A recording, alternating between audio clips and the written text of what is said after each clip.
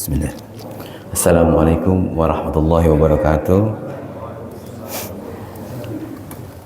Innal hamdalillah nahmaduhu wa nasta'inuhu wa nastaghfiruh wa na'udzu billahi min syururi anfusina wa min sayyiati a'malina. Man yahdihillahu fala mudilla lahu wa may yudlil fala hadiya lahu. Asyhadu an la ilaha illallah wahdahu la syarika lahu wa asyhadu anna Muhammadan abduhu wa rasuluhu, amma ba'du. Qala Allah tabaraka wa ta'ala, ya ayyuhalladzina amanu taqullaha haqqa tuqatih wa la tamutunna illa wa antum muslimun. Para jamaah Masjid Al-Furqan, bapak-bapak, para sesepuh, para asatidz, para ulama, dan juga rekan-rekan yang semoga Allah muliakan. Alhamdulillahirabbil alamin. Kembali lagi kita dipertemukan oleh Allah Subhanahu wa taala, dan yang luar biasanya Allah masih mengizinkan mata kita untuk terbuka kembali hari ini, dan juga Allah masih memberikan kita nikmat sehat sehingga kita masih bisa melakukan ibadah yang begitu luar biasa, yaitu sholat subuh berjamaah, dan juga atas penjagaan nikmat iman Islam yang Allah berikan kepada kita, sehingga dalam rangka berjalan di muka bumi ini kita nggak lepas dari aturan-aturan Allah Subhanahu wa taala, yang mana ketika kita dipertemukan oleh majelis ta'lim, itulah bukti tanda sayangnya Allah kepada kita. Kenapa seperti itu? Karena Allah menginginkan kita mengetahui apa yang Allah suka, apa yang Allah nggak suka, supaya kita selamat nantinya.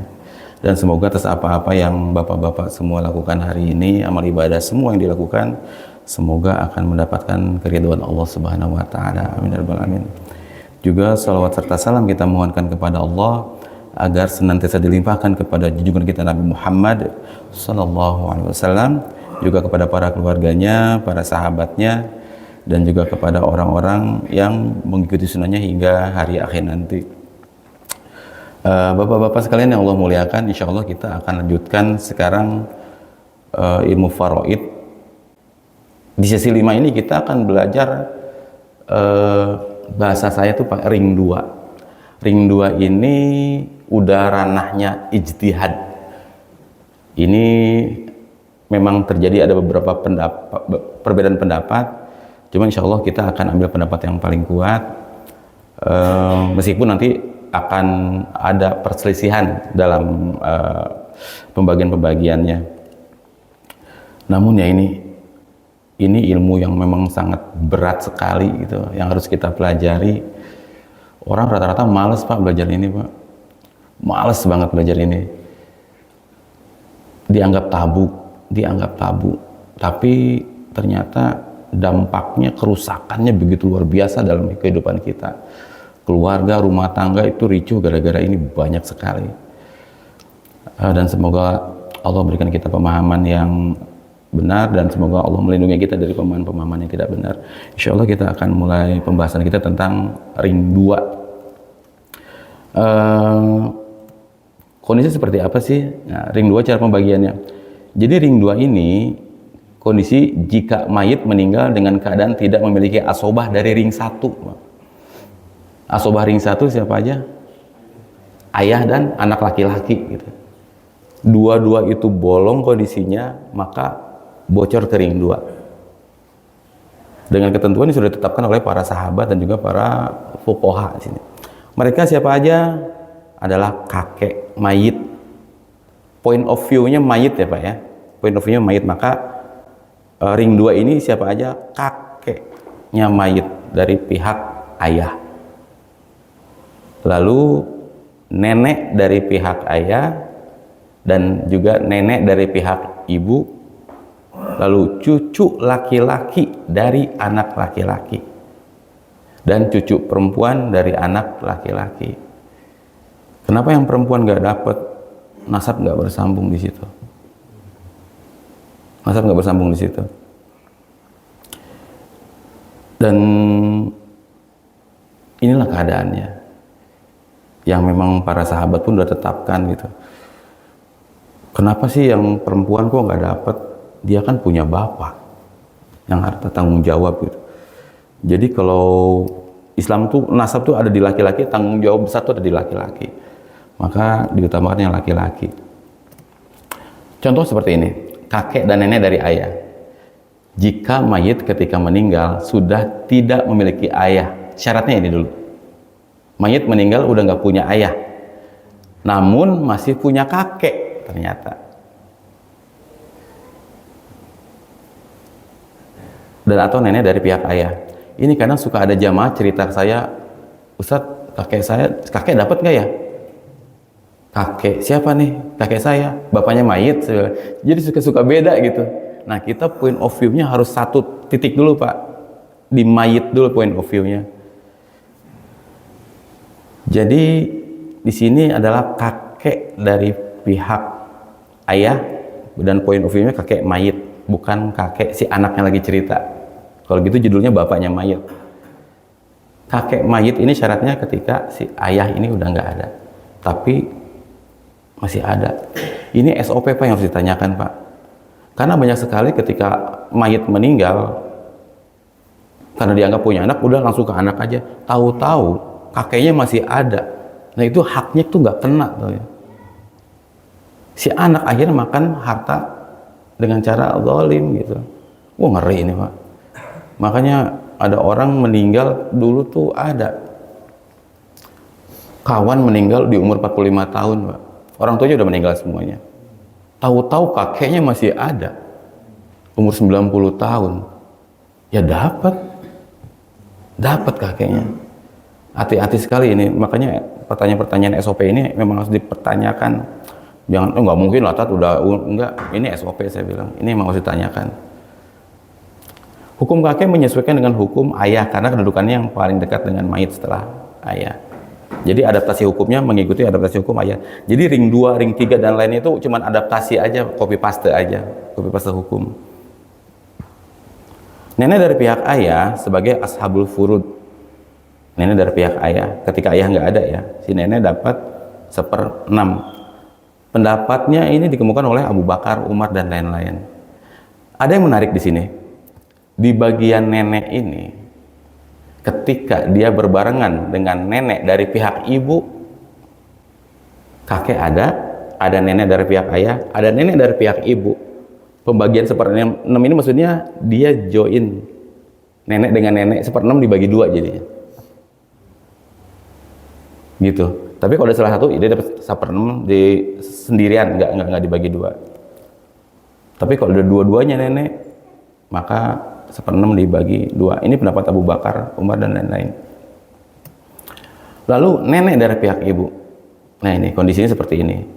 Nenek dari pihak ibu akan mendapatkan waris jika mayit ketika meninggal sudah tidak memiliki ibu, namun masih memiliki nenek dari ibu. Jatahnya 1/6. Ini 1/6 dibagi 2 tadi Pak. Ini banyak yang kelangkah Pak di sini Pak. Jadi ketika mayit wafat, nggak pernah ditanya, nggak dianggap karena dipikirnya nggak pernah ada tuh kakek tuh, langsung ke saudaranya. Nah ini yang repot. Saudara mayit itu ada di ring 3 Pak, bukan ring 2. Hati-hati. Jadi harus kekunci dulu, dipastikan kunci-kunci di ring 2 ini nggak ada, baru bocor ke ring 3 gitu. Nanti insya Allah pertemuan yang akan datang kita akan bahas ring 3. Berikutnya, cucu laki-laki dari anak laki-laki. Ya. Cucu laki-laki dari anak laki-laki mayit akan mendapatkan waris jika mayit ketika meninggal sudah tidak memiliki anak laki-laki lagi, artinya meninggal. Namun memiliki cucu laki-laki dari anak laki-laki. Jadi si anak udah nggak ada, tapi si anak udah nikah punya anak lagi. Nah itu. Maka dia dapat, syaratnya apa? Syaratnya cucu akan dapat ketika si mayit udah nggak punya anak laki-laki gitu. Selama masih ada anak laki-laki maka cucu nggak akan pernah dapat, terhijab. Jatah pembagiannya seperti apa? Mengikuti jatah pembagian anak laki-laki gitu. Kita bahas lagi berikutnya cucu perempuan dari anak laki-laki. Nah ini. Cucu perempuan dari anak laki-laki akan mendapatkan waris dengan 2 keadaan. Dia akan menjadi asobah, penerima sisa. Kapan? Jika keberadaannya sejajar dengan cucu lelaki dari anak laki-laki. Seperti ini Pak. Misalkan mayit punya anak laki-laki 2. dua-duanya udah wafat. Yang pertama punya anak perempuan, yang kedua punya anak laki-laki, bisa tuh jadi asobah. Intinya dia sejajar aja dengan cucu-cucu, tapi nggak ada anak laki-laki, dan dia keberadaannya dengan cucu perempuan, cucu laki-laki ada, maka dia jadi asobah. Lalu yang kedua, dia akan menjadi ashabul furud jika keberadaannya sendiri atau jika bersamaan dengan satu anak perempuan mayit. Kalau sendiri seperti ini dia dapat. Kalau seperti ini nggak ada siapa-siapa lagi, berapa kira-kira Pak? Mengikuti perempuan satu berarti setengah. Setengah kan kalau perempuan satu kan. Kalau mayit meninggalkan anak perempuan satu, maka dia mendapatkan setengah dari hartanya. Nah, ketika nggak ada seperti ini, anak-anak nggak ada, lalu ada cucu perempuan, maka dia ikutin anak perempuan setengah. Tapi kalau ada anak perempuan di sini masih hidup, di sini hijau gitu ya, satu, maka dia dapatnya 1/6. Kenapa 1/6? Karena dalam Al-Quran dibagikan jatah oleh Allah itu maksimal di perempuan itu 2/3 Pak. Kalau 1,5, kalau 2 atau lebih 2/3. Maka kalau misalkan anak perempuan satu ini ada, yang ini nih 1/2 kan, masih ada sisa lagi, 1/6-nya lari ke sini. Tapi kalau anak perempuannya ada 2 masih hidup, berarti kan 2/3 udah full. Anak perempuan nggak akan dapat, cucu perempuan nggak akan dapat. Karena batas maksimum bagi perempuan adalah 2/3 ke bawah tuh. Nanti kita akan pelajari lagi insya Allah. Kita langsung ke contoh soal. Seorang lelaki wafat meninggalkan anak-anaknya. Ada juga seorang istri, juga ayah dan ibu kandungnya. Awalnya mayit ini memiliki 3 anak. Yang pertama perempuan, yang 2 lainnya lelaki. Semuanya telah menikah dan semuanya telah memiliki anak laki-laki, masing-masing 1 orang. Namun setahun sebelum mayit meninggal, sang anak yang kedua telah meninggal dunia. Yang laki-laki nih Pak. Ini mayit, ada istrinya, ada ayahnya, ada juga ibunya. Yang pertama anak perempuan, yang 2 lainnya lelaki, yang keduanya udah wafat, yang ketiga hidup. Lalu ini punya anak, jadi cucu mayit ya, cucu, maka si cucu nggak dapat, terhijab oleh anak laki-laki. Seperti itu. Suka ada, Ustadz, nuya karunya atau Ustadz, kasihan. Ya ini kan yang anak dari anak kedua, kasihan bapaknya udah nggak ada, masa nggak dapat. Tapi kan di sini Islam juga nuntut kita buat empati, punya rasa empati nggak kita? Kasihan tuh Ustadz, kasihan, tapi dia nggak mau ngasih hartanya dia gitu. Medit dia mah. Bukan kasihan kayak gitu caranya Pak ya. Kalau mau kasihan kasih lah gitu. Itulah bentuk kasih sayang kita. Dan itu ujiannya Pak. Di situ ujiannya. Ini mah karunya tapi nggak mau ngasih, jangan yang saya atuh. Rata-rata begitu. Nah ini kasus. Jadi nggak serta-merta cucu itu dapat, ada syarat dan ketentuan yang berlaku gitu. Jadi selama masih ada anak laki-laki ini nggak hijab banget. Contoh soal yang kedua. Oh maafan, pembagian seperti ini. Istri 1/8, ayah 1/6, ibu 1/6. Anak perempuan asobah 1 bagian, anak laki-laki asobah 2 bagian. Khalas. Bisa dipahami ya Pak ya, kasus ini Pak ya?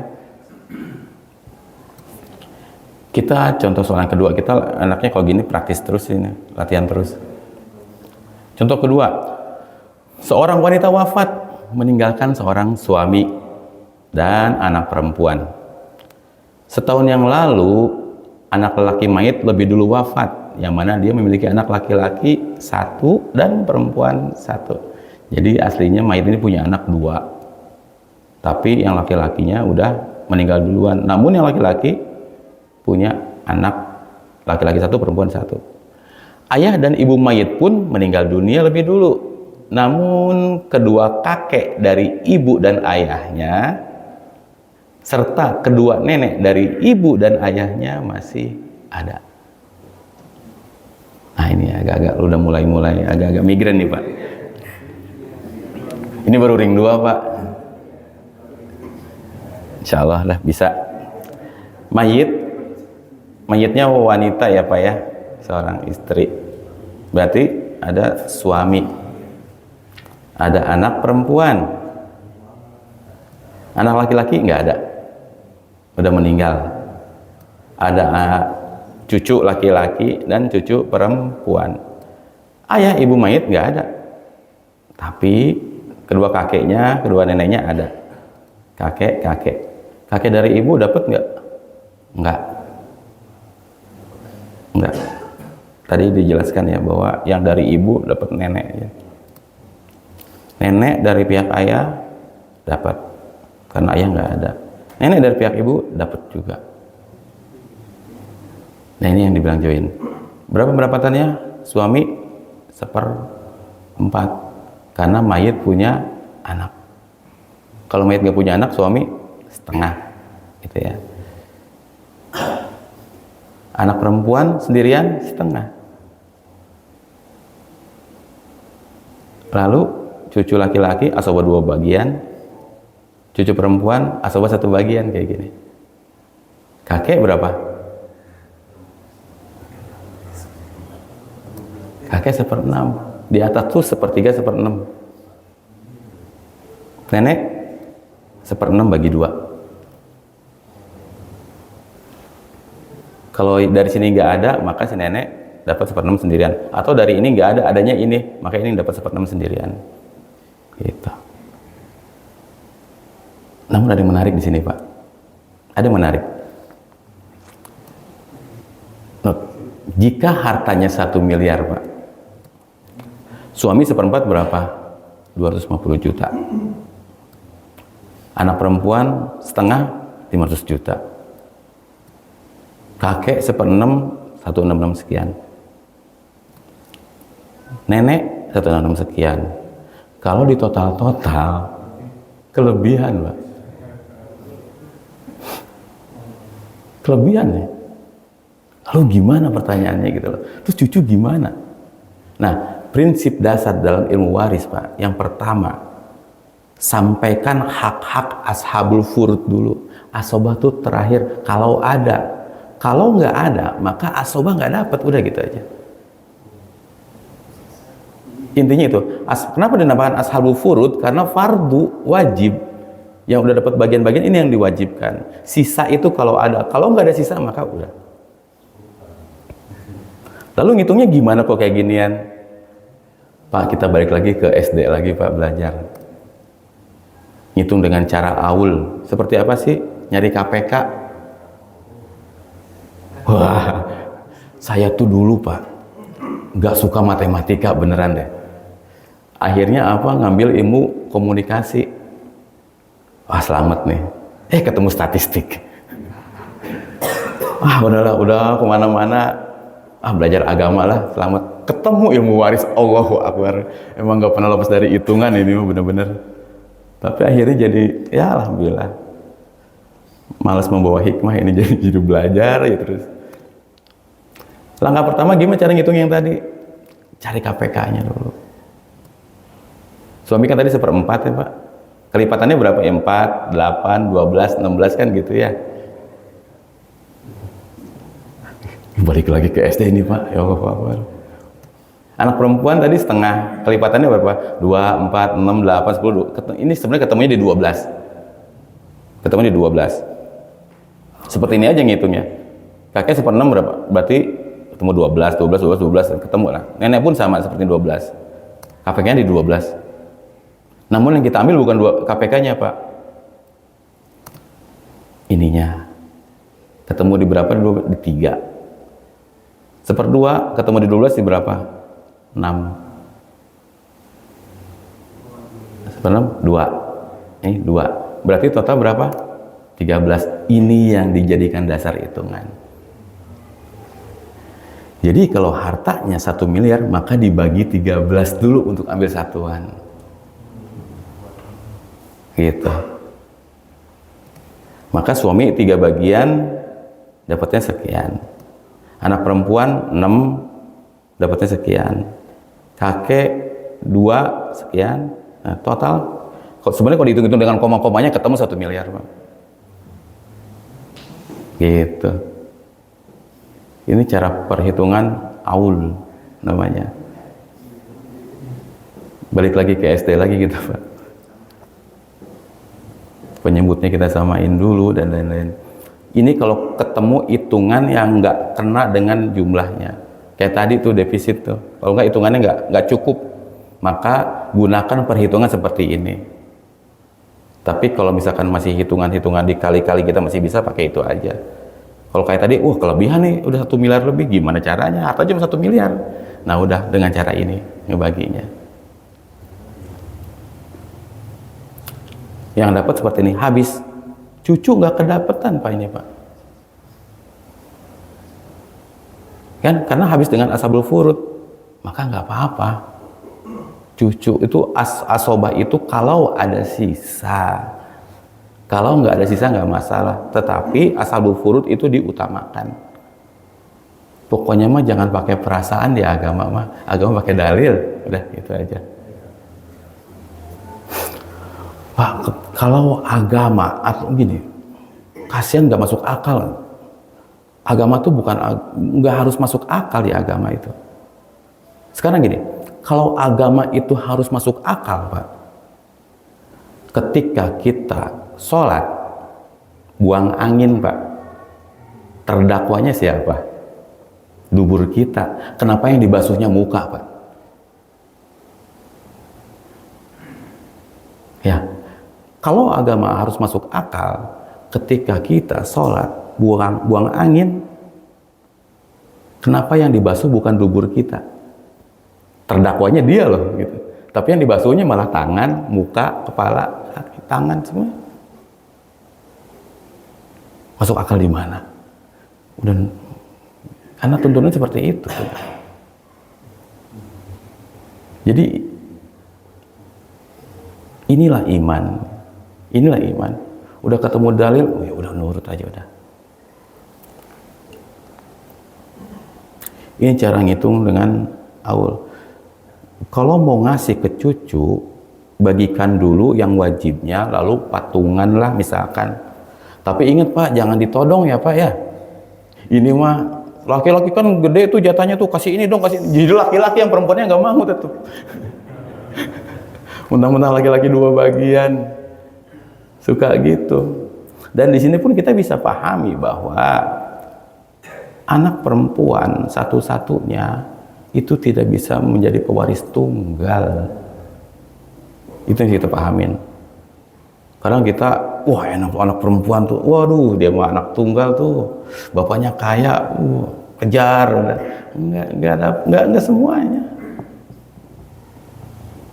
Dan kalau orang yang paham pun, si orang tua nggak akan ngasih ke semua ke anaknya. Kenapa? Dia bikin celaka dirinya sendiri, blunder kalau kayak gituan. Kasih deh ke semua, ke harta, ke anak gitu misalkan, atau orang tua ngasih semuanya ke anak perempuan, nggak bisa. Apalagi Pak, ini jangan diakal-akalin, tolong jangan diakal-akalin. Dalam keadaan seperti ini, nanti kalau misalkan ring 2 pun masih bocor Pak, masuk ke ring 3 Pak. Siapa ring 3? Saudara mayit. Ada orang mayit, ini calon mayit cerita sama saya. Ustadz boleh nggak saya ngehibahin semua anak saya? Boleh ngehibahin mas, sah-sah aja secara hukum fikih. Emang kenapa? Enggak, soalnya nanti kalau suami saya meninggal atau saya meninggal, saudaranya dapat dong. Jadi dia nggak mau saudara-saudaranya dapat gitu. Dia akal-akalin supaya nggak dapat, gimana caranya ngehibahin semua ke anak. Tapi kalau dipakai semua sama anak gimana Ustadz ya? Nah ini lagi saya bilang. Rumah mau dikasihin ke anak semuanya supaya nanti saudara-saudaranya nggak dapat. Tapi kalau nanti dijual gimana Ustadz? Ya hak-hak dia. Anak kita kalau dekat, Bapak gini, kalau mau hibah ke anak, nah ini rumah buat kamu, kasih, sertifikatnya kasih Pak. Itu hibah terjadi. Sekali lagi, kalau bahasanya nanti kalau bapak meninggal ini rumah buat kamu, nggak bisa, itu batal demi hukum karena itu masuk ke dalam bab wasiat. Wasiat itu maksimal sepertiga harta dan tidak boleh kepada ahli waris. Ahli waris sudah ada bagiannya. Kalau wasiat bisa dimasukkan kepada ahli waris, akan terjadi kejomplangan nanti pada akhirnya. Justru nggak adil di situ, ya Pak. Kalau wasiat untuk yang cucunya yang bapaknya meninggal boleh nggak? Wasiatnya?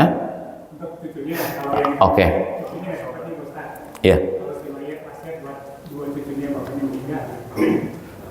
Kalau gini, nggak masalah yang meninggalnya tahu nggak waktu meninggal ada siapa aja yang hadir itu loh maksudnya.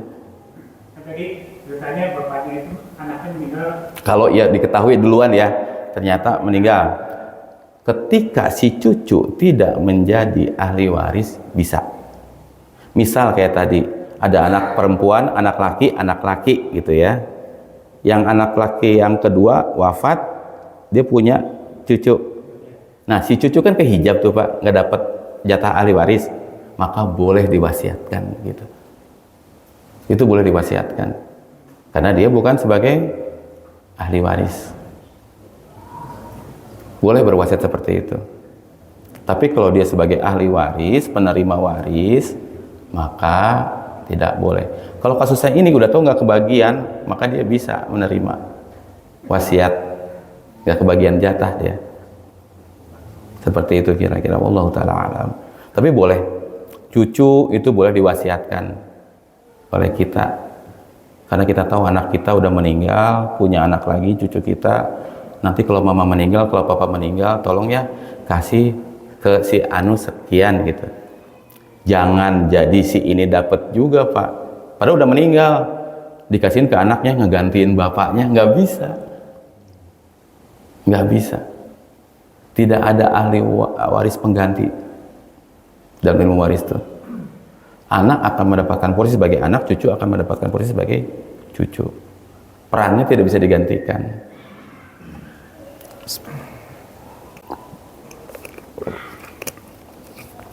Jadi pahami ya Pak ya? Masya Allah. Berikutnya, contoh soal ketiga. Seorang lelaki wafat meninggalkan seorang istri dan seorang anak angkat lelaki. Nah, ini. Dapat nggak Pak? Anak angkat? Nggak. Kalau wasiat boleh nggak Pak? Boleh.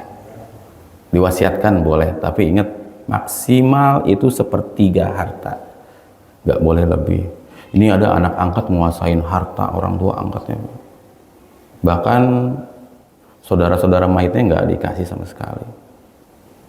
Ngeri ini kayak gini-ginian. Ayah dan ibunya lebih dulu wafat. Hanya saja dia masih memiliki kakek. Namun kakeknya meninggal sehari setelah kematian orang tersebut. Dapat nggak kakeknya? Dapat. Kenapa masih dapat? Karena dia masih ada ketika mayit wafat. Gitu. Syarat ahli waris kan dia masih harus hadir, harus hidup ketika si pewaris wafat. Jadi dia mayit punya istri dan anak-anak laki nggak dapat. Ayah dan ibunya udah wafat terlebih dahulu. Tapi ada kakeknya meninggal sehari setelahnya, dapat. Istri berapa? 1/4.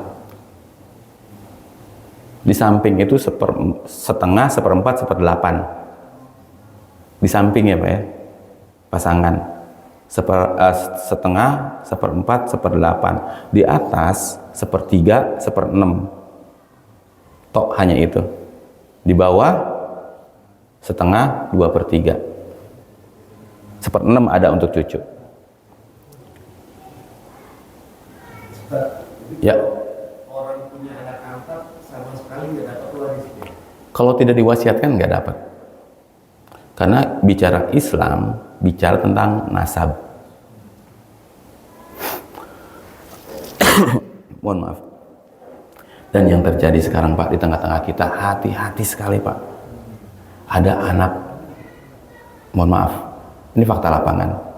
Anak di luar nikah Pak. Meskipun bapaknya yang itu biologisnya itu menikahi itu, si perempuan itu setelah hamil dinikahi, lahirlah tuh anak. Tapi kalau di luar nikah, si anak tersebut nggak dapat. Hati-hati ini, kemakan aja sama tuh anak, wah Allahu Akbar, kerusakannya luar biasa. Si bapaknya dosa besar, si anaknya makan harta haram, karena dia nggak punya hak sama sekali dari harta bapaknya ya Pak ya.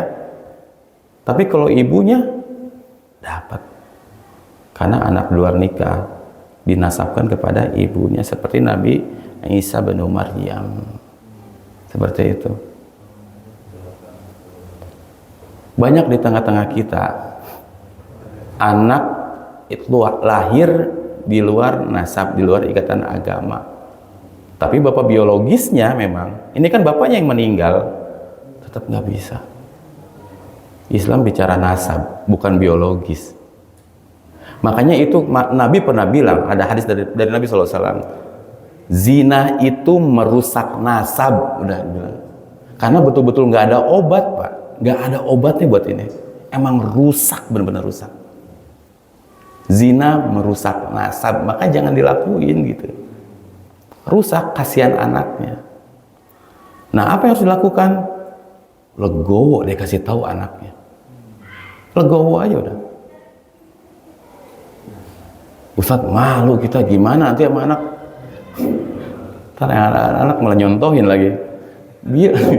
Bilang aja udah, gimana? Jadi bagi instan itu nggak dapat waris lah ya. Instan itu yang cepat-cepat, bukan 9 bulan, 6 bulan dan lahir. Yang di luar nikah gitu ya maksudnya dia, nggak dapat aja pokoknya. Kalau jadinya di luar nikah, maka nggak masuk hitungan. Kasian Pak, kasian. Langkahnya seperti memang udah nggak ada obat, paling udah minta maaf, akuin kesalahan. Ayah dulu salah, gitu. Ayah dulu salah, sekarang ini ayah ingin menyelamatkan kamu supaya kamu nggak makan harta yang memang bukan hak kamu. Kalau itu diwasiatkan karena tahu bahwa itu memang bukan nasabnya, akhirnya tahu nih dan si siapa Maya itu paham agama ini dan diwasiatkan sepertiga. Boleh, boleh. Wasiat mah boleh buat siapa aja. Tuh menang kene. Dapat, tapi enggak, syaratnya harus jujur dulu. Jujur. Papa salah, tapi jangan sampai kamu melakukan kesalahan yang sama, itu maksudnya. Jangan sampai kamu melakukan yang sama. Papa masih dikasih waktu untuk tobat, belum tentu kamu dikasih waktu untuk tobat sama Allah. Itu maksudnya. Kesalahan papa minta maaf. Tapi ini papa jujur dari lubuk hati paling dalam. Ini untuk menyelamatkan kamu gitu. Ya bukan gak dapet juga gitu, ntar diwasiatin deh gitu, atau dihibahin gampang. Itu yang pertama, hati-hati Pak kita. Kadang kita ini lebih mengutamakan menyelamatkan muka kita di hadapan makhluk daripada di hadapan Allah Subhanahu wa Ta'ala. Di sana nanti akan dibahas total di hadapan Allah gitu. Wah, lebih mengerikan Pak. Sekarang mungkin sampai mati pasangan kita, anak kita nggak tahu, nanti mah tahu semua Pak. Dan keadaan lebih mencekam. Kalau kita saat ini takut dengan kematian, wallahi hari kiamat itu lebih menakutkan dari kematian. Yaumil akhir itu lebih menakutkan dari hari kematian. Yang kita takutkan takut mati. Hari pengadilan Allah itu lebih menakutkan daripada apapun. Nabi-nabi aja pada takut gitu.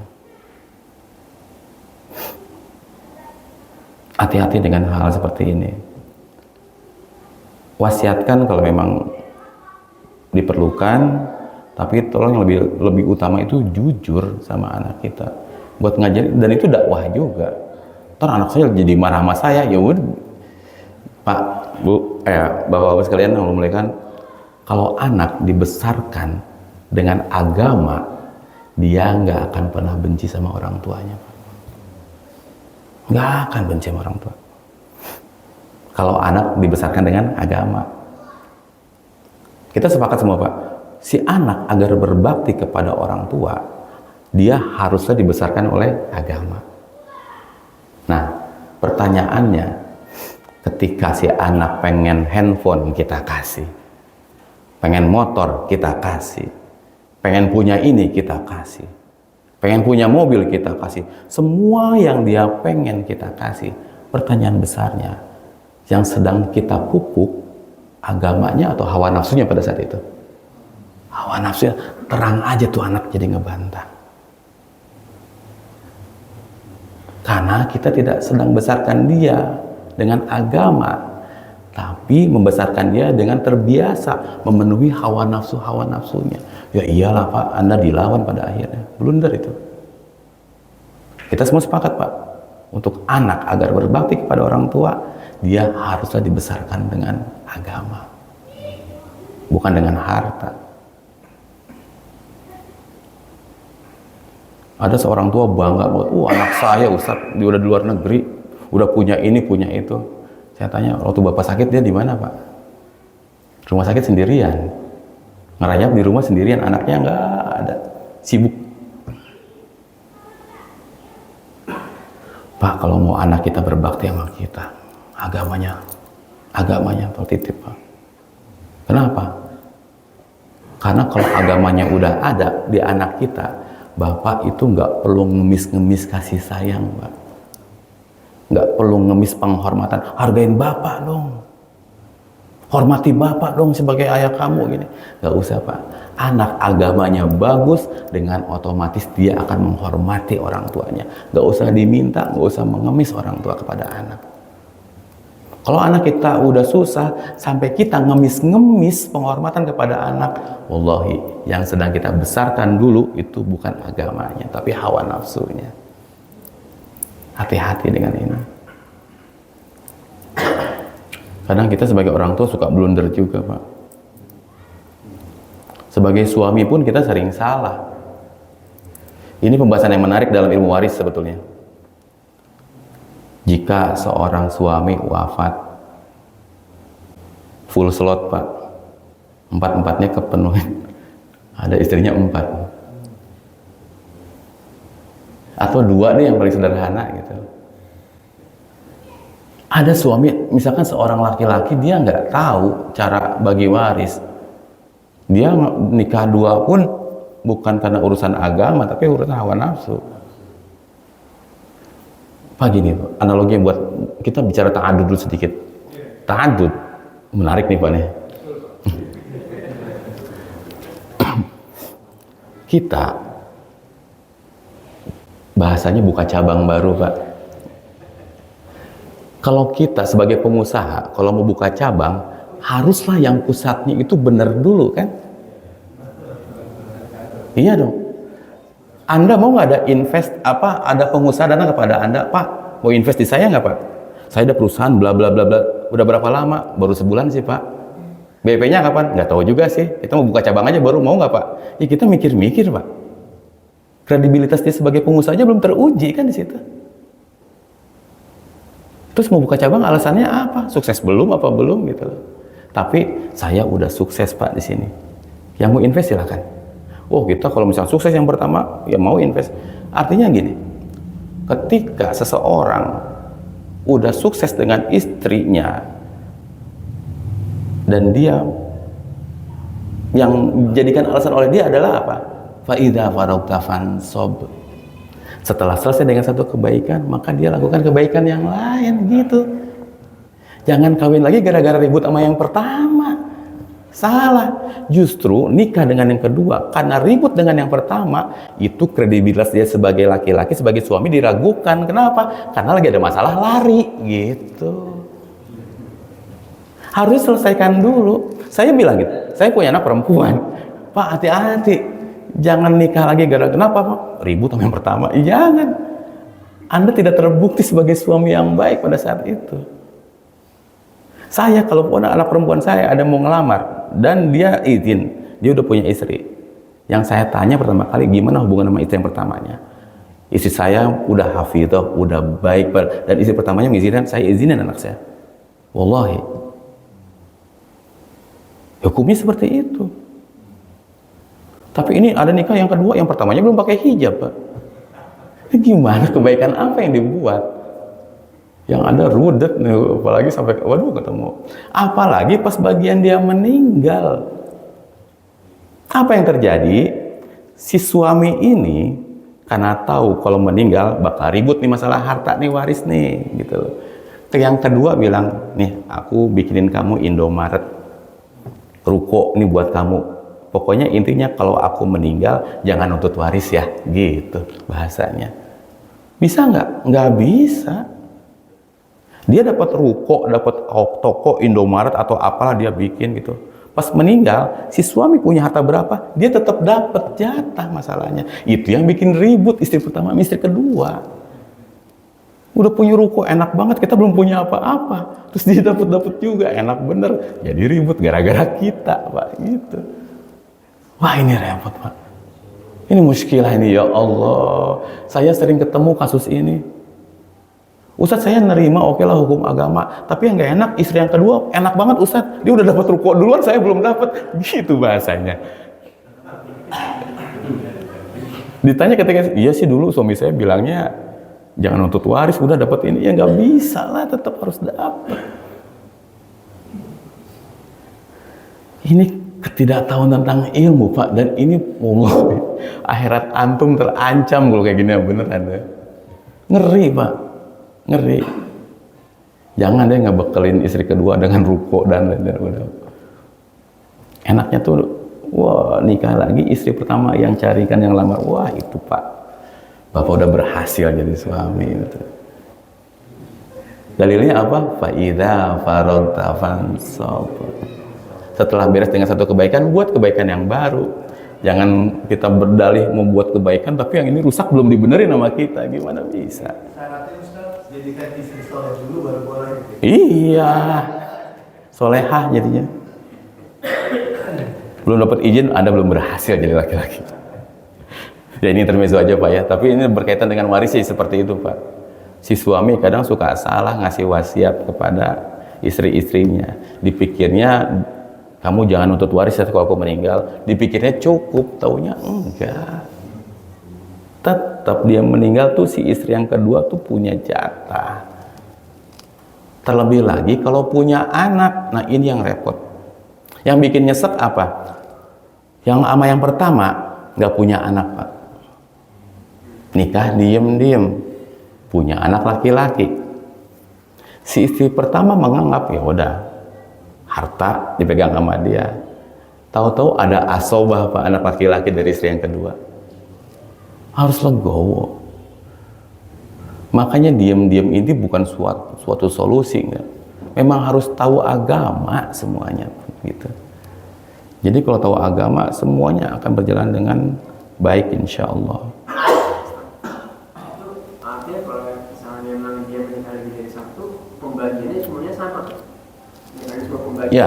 seperti yang seperti keluarga misalnya bukan istri satu seperti itu. Baik, iya betul. Misalkan gini, mayit awal misalkan dengan istri yang pertama nggak punya anak, dia taruhlah dengan nggak punya anak, istri itu dapatnya 1/4. Kalau mayit punya anak, maka istri berubah menjadi 1/8.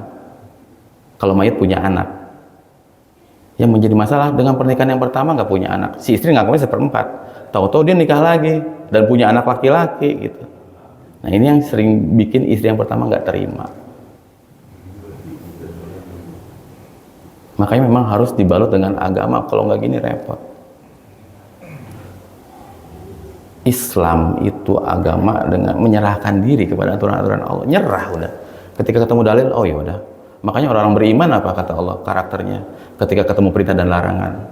Qalu sami'na wa ata'na. Udah. Orang beriman tuh gitu. Ada dalilnya, ya udah terima. Ridho lagi bahkan, bukannya kesal. Bukannya kesel Pak. Pak, gini, ada seorang istri nerima Pak pembagiannya, tapi kesel. Kira-kira bisa nggak Pak dijadikan hujjah? Nggak bisa Pak, nggak bisa. Terima itu kan tapi kesel. Kita sering sumpah loh Pak. Tiap hari bahkan kalau yang memang zikir ini. Kita bilangnya apa? Raditu billahi robba. Kita ridho sama Allah sebagai Rob kita. Wabil Islami dina. Ridho juga Islam sebagai agamanya. Tapi pas bagian waris dia nggak ridho. Ridho apa yang dihadapkan kepada Allah itu loh. Katanya ridho sama Allah, kok marah sama pembagian-pembagiannya? Katanya ridho sama Allah, kok marah sama takdir-takdirnya? Gitu loh. Ini mengerikan. Kita sering, makanya banyak orang masuk neraka itu kenapa? Allah anggap itu tukang dusta, kadzabta, kata Allah, bohong. Ngakunya ridho padahal nggak ridho, marah dia. Ada musibah dia marah, nggak suka. Kenapa? Saya nih udah bangun masjid, saya udah nyantunin anak yatim, kenapa masih dapat musibah sih? Nyangkanya dia udah nyumbang masjid, apa nggak dapat musibah? Enggak. Maka dalam riwayat Imam At-Tabari, hadis qudsi ini Allah bilang, kata Nabi SAW, Allah berfirman, jika bagi siapapun yang tidak mau menerima takdir-takdirku, nggak ridho terhadap takdir-takdir dari aku, kata Allah, dan tidak bisa bersabar terhadap ujian-ujian yang aku berikan, maka silakan carilah Tuhan selain aku, kata Allah. Sakit itu Pak. Siapa yang nggak ridho dengan takdir-takdir dariku dan tidak mau bersabar atas ujian-ujian dariku, maka silakan carilah Tuhan selain aku, kata Allah.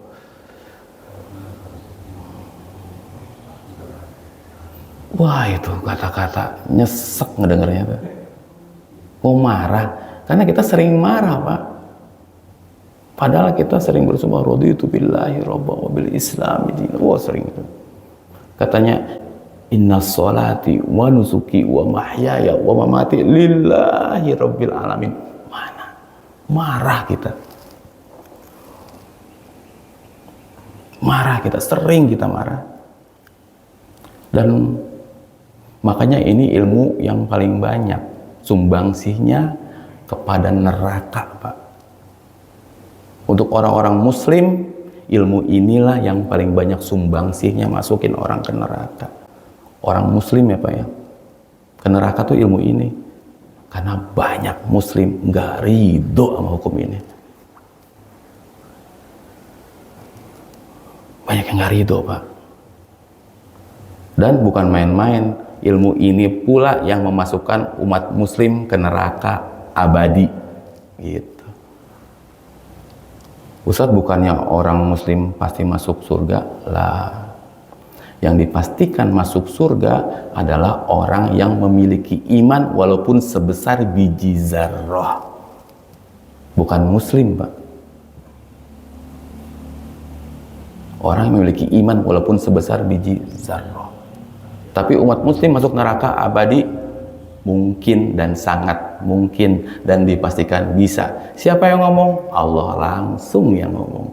Di surah An-Nisa ayat 14 ketika Allah menutup bab waris, closing statement Allah kan gitu.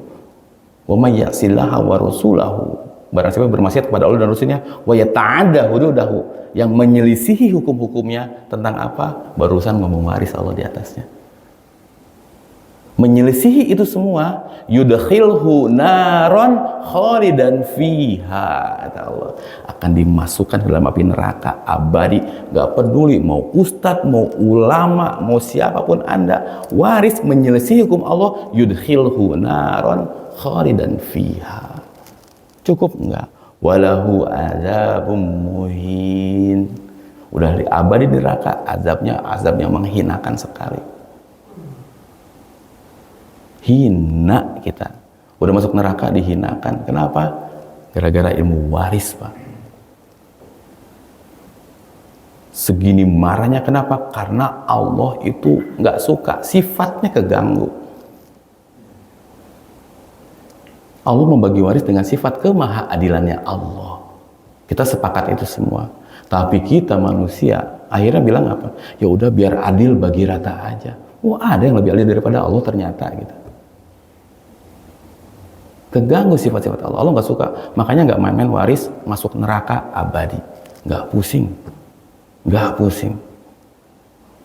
Kalau memang dia seorang ulama, harusnya kata Allah apa? Yang takut kepada Allah, yang paling takut kepada Allah siapa? Ulama. Kalau dia memang takut sama Allah, harusnya udah mempersiapkan kematiannya, tentang warisnya dan lain-lain. Orang yang takut sama Allah, dia siapkan kematian. Jadi kematian itu bukan hal yang untuk ditakutkan, Pak. Karena kematian akan datang. Tapi kematian itu untuk dipersiapkan. Persiapan dengan hal-hal yang memang meringankan kematian kita. Salah satunya tentang waris ini, Pak. Oh, hati-hati bab ini. Bab ini hati-hati. Wa nisful ilm, dia setengah ilmu. Islam itu setengahnya dari ilmu waris, Pak. Setengahnya dari ilmu waris. Jadi dulu pada zamannya Umar bin Khattab, ketika Umar memilih gubernur, ditanya siapa yang pantas buat gubernur ini? Fulan, kenapa? Fulan tuh paham, hafal Quran. Fulan, kenapa? Dia tahu kepemimpinan. Fulan, kenapa? Bla bla segala macam. Ada satu Fulan, siapa? Padahal budak Habasyah tuh dulunya, seorang budak kulit hitam. Kenapa dia? Dia paham ilmu faraid, langsung dipilih sama Umar. Kenapa? Orang ilmu paham faraid, pertama, dia nggak akan pernah melaksanakan ilmu faraid kecuali tauhidnya bagus, Pak. Taat pasti sama Allah. Berikutnya, orang tidak akan mungkin taat sama faraid kecuali dia faham namanya fikih muamalah, jual beli dan lain-lain. Kalau kita pernah belajar secara institusi, itu di bab muamalah pertama, bab jual beli dan lain-lain. Waris itu terakhir, Pak. Artinya untuk mencapai ilmu waris, semuanya dia kuasai dulu. Hibah seperti apa, wasiat seperti apa, dia paham semuanya.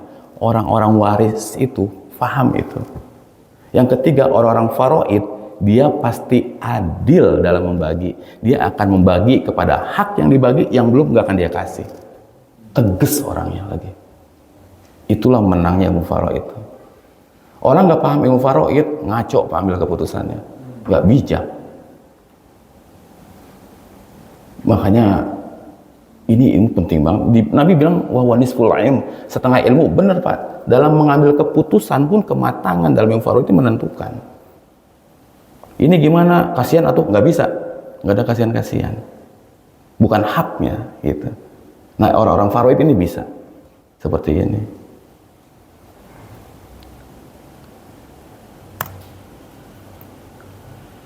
Kalau istri 1/4, maka kakek sebagai asobah, sisanya. Saudara mayit jangan dulu minta, nggak dapat. Saudara mayit di ring 3, ingat. Selama ring 2 masih ada kunci-kuncinya, kakek atau cucu laki-laki dari anak laki-laki, maka ring 3 nggak dapat.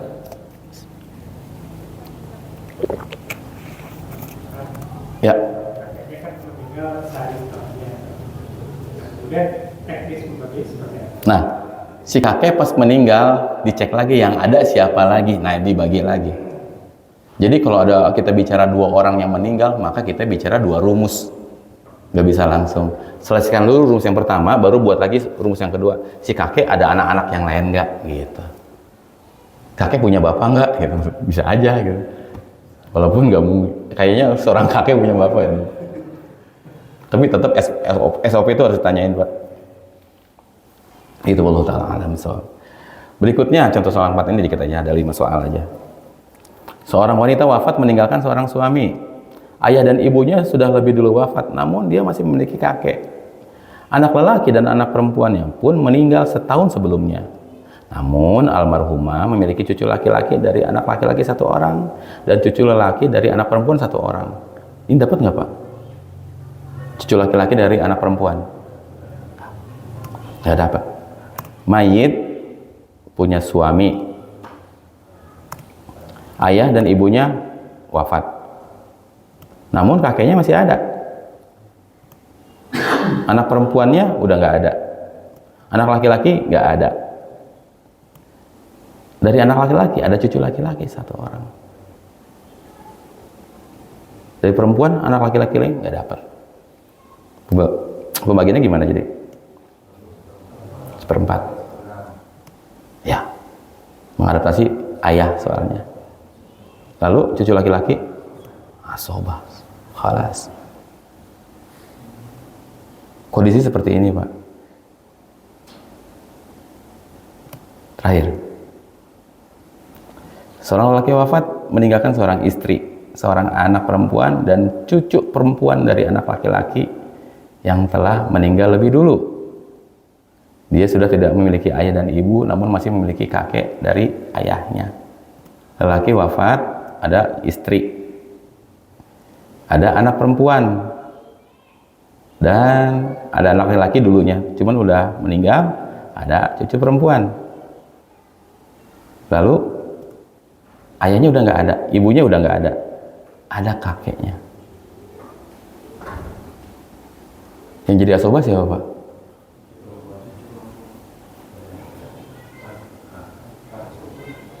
Yang jadi asobah, nenek nggak ada, udah pasti. Istri 1/8. Anak perempuan berapa? Perempuan berapa, Pak? Sendirian loh ini. Setengah. Sendirian. Lalu ada cucu perempuan. Nah, kalau cucu perempuan keberadaannya dengan satu anak perempuan dari mayit berbarengan, maka cucu perempuan dapat berapa? 1/6, karena maksimal perempuan itu 2/3. Lalu kakek berapa? 1/6 plus asobah. Sisanya. Kalau ada sisa berikan, kalau nggak ada ya udah. Ini seputaran ring 2, Pak. Jadi ring 3 saudara mayit jangan dulu minta selama masih ada cucu, ada kakek gitu loh. Kita saudara kita wafat, cek bapak kita masih ada nggak, kakek kita masih ada nggak. Kalau itu ya udah kasihin dulu.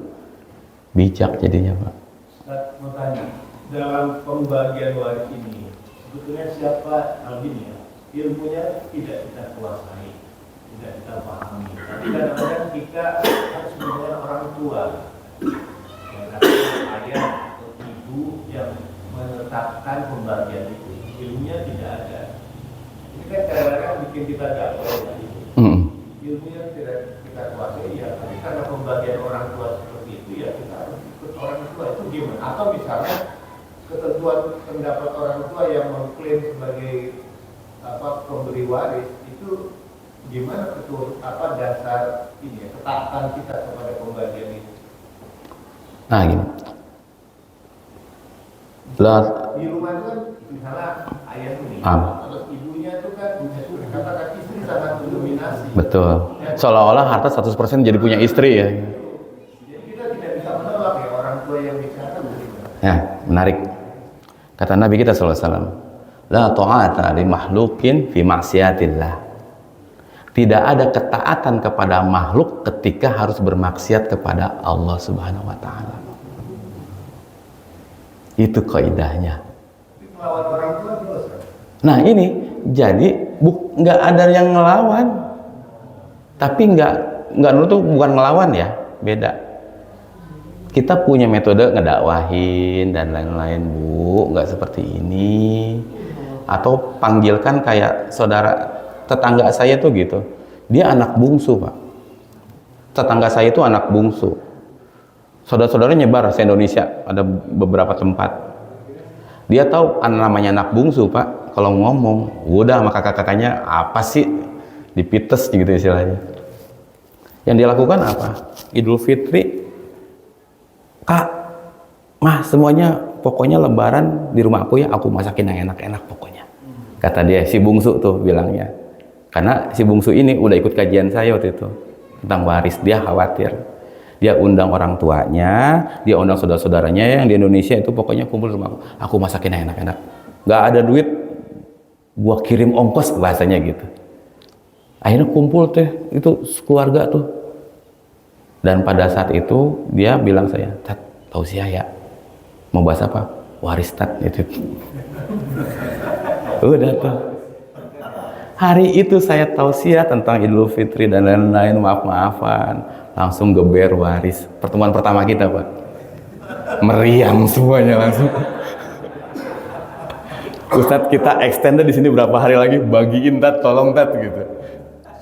Ya karena si anak ini kalau ngomong emang orang tua tuh bisa ngelawan tuh. Atau dikantar lagi sama orang tua gitu. Bisa diulti tuh anak sama orang tuanya gitu kan. Cuman kan kalau misalkan ada pendakwah, ada orang yang memang ahlinya kan dia tahu cara berbicara seperti apa gitu. Oh saya baru tahu tat ayat ini padahal sering tadarusan saya sering kelewat. Saya baru baca heunya. Iya. Jadi bahasanya sampai bercanda-bercanda sampai iya bu palawur tuh bu. Mau tat bagiin aja tat palawur saya gitu. Udah. Itulah maksudnya butuh metode. Butuh metode. Jangan dilawan orang tua tuh, nggak ada yang nyuruh ngelawan orang tua. Tapi tidak ada ketaatan kepada makhluk ketika harus bermaksiat kepada Allah. Itu kaidahnya. Jadi ya pintar-pintarnya kita tahulah orang tua kita sukanya apa. Jebak aja dengan cara indah kayak gitu Pak. Tapi saya yang pusing itu. Dari jam 9 pagi sampai maghrib belum beres Pak. Ngebaginya dari kakek, bayangin. Ya Allah, anaknya kakek udah pada meninggal sebagian, pusing saya ngebaginya gimana ini. Yang ada aja udah. Itulah repotnya. Bagus masih dikasih taufik sama Allah Pak. Kalau enggak, ya Allah, dibahasnya nanti di hadapan Allah tuh. Gitu. Jadi orang tua tuh adalah cara bicara yang baik, tetap beradab sama orang tua. Insya Allah bisa Pak.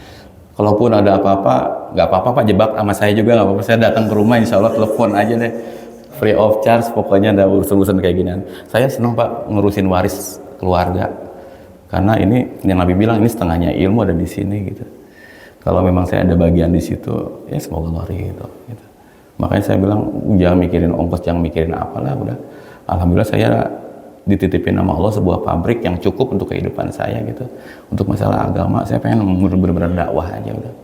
Gak usah mikirin apa-apa. Kalau butuh konsultasi, butuh apa, silakan telepon tat, butuh ke rumah, saya datang insya Allah. Saya datang insya Allah. Tinggal cocokkan aja waktunya.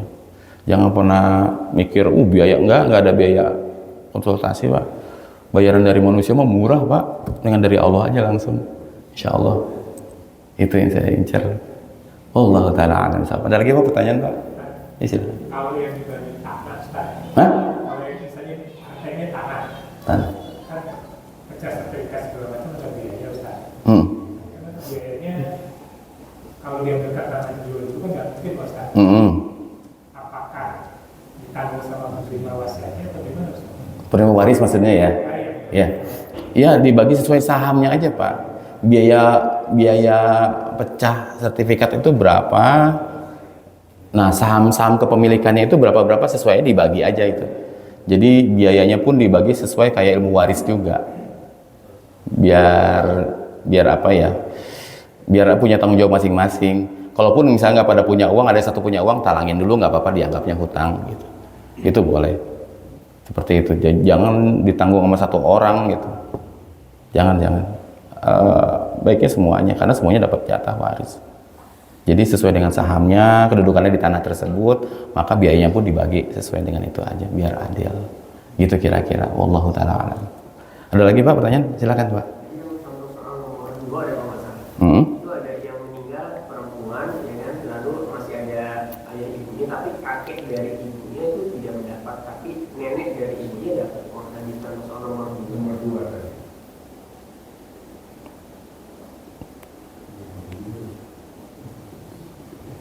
Mundur lagi nih kita ya.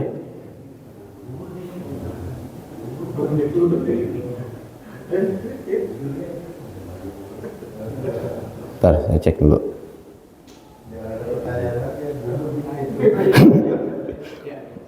Yang ini?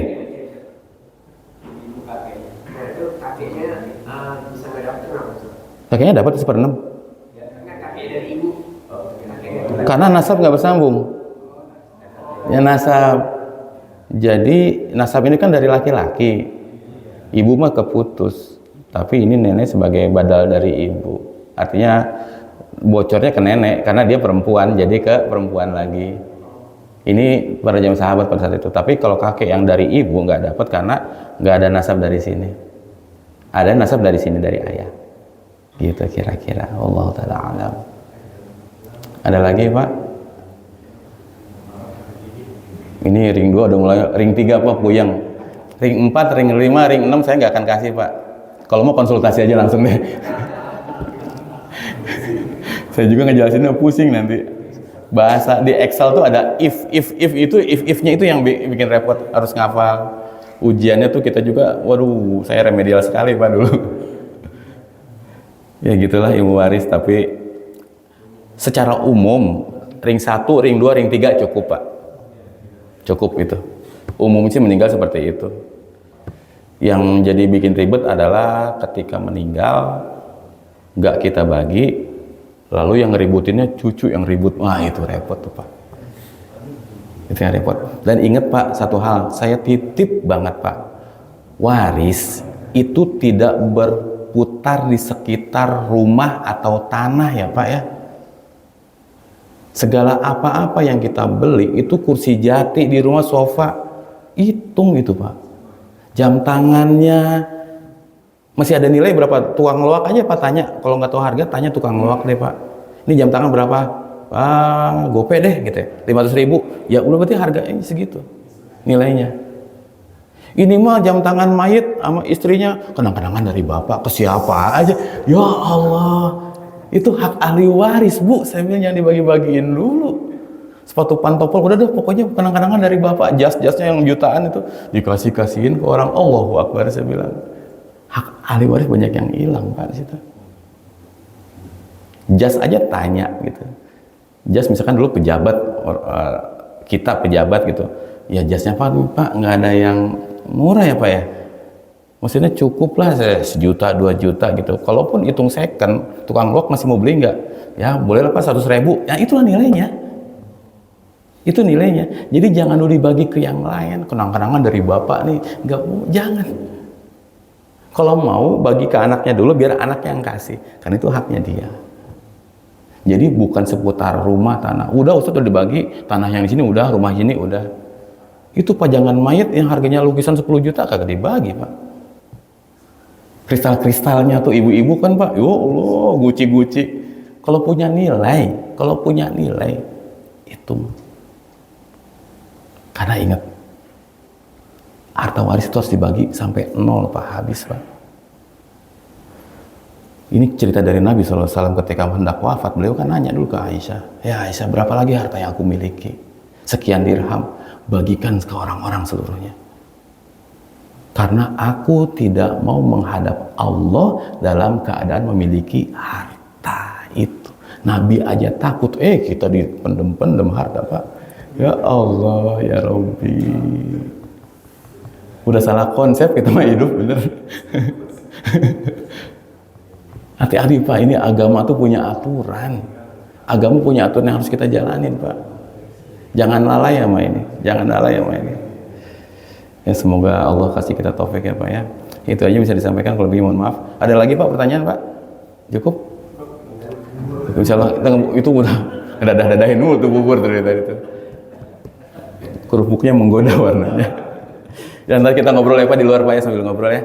Itu aja bisa disampaikan, kurang lebihnya mohon maaf. Semoga Allah berikan keberkahan kepada kita, bapak-bapak semua disehatkan selalu oleh Allah Subhanahu wa taala, dan semoga kita semua di sini termasuk orang-orang dimatikan dalam keadaan husnul khatimah. Amin ya rabbal alamin. Itu aja yang bisa disampaikan, kurang lebih mohon maaf. Kita tutup dengan doa kafaratul majlis. Subhanakallahumma wa bihamdika asyhadu an la ilaha illa anta astaghfiruka wa atubu ilaik. Wabillahi taufiq wal hidayah. Assalamualaikum warahmatullahi wabarakatuh.